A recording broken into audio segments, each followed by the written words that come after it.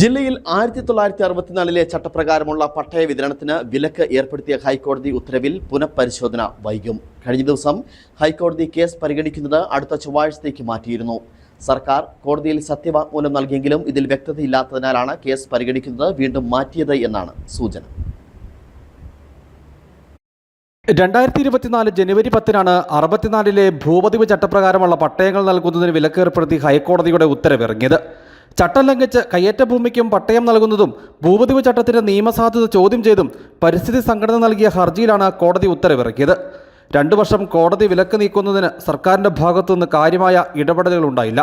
4 മാസം മുമ്പ് advocate general ഹൈക്കോടതിയിൽ നേരിട്ട് ഹാജരായി പട്ടയ വിലക്ക് നീക്കുന്നതിന് നടപടി സ്വീകരിച്ചു. സർക്കാർ നൽകിയ സത്യവാങ്മൂലം പരിഗണിച്ച കോടതി കഴിഞ്ഞ 23-ന് പട്ടയ വിലക്ക് സ്റ്റേ നീക്കിയെങ്കിലും പട്ടയം നൽകുന്നതിന് കർശനമായ മാനദണ്ഡങ്ങൾ മുന്നോട്ട് വച്ചിരുന്നു. എന്നാൽ ഈ മാനദണ്ഡങ്ങൾ പാലിക്കാതെ 3 ദിവസത്തിന് ശേഷം നടത്തിയ പട്ടയമേളയിൽ 1000-ഓളം പട്ടയങ്ങൾ വിതരണം ചെയ്തു.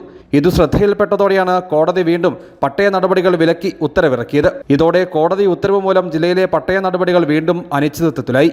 അന്തിമ നടപടികൾ പൂർത്തിയാക്കിയ 3000-ഓളം പട്ടയങ്ങൾ തെരഞ്ഞെടുപ്പ് വിജ്ഞാപനത്തിന് മുമ്പ് നൽകാനുള്ള സർക്കാർ നീക്കം സ്തംഭിച്ചു.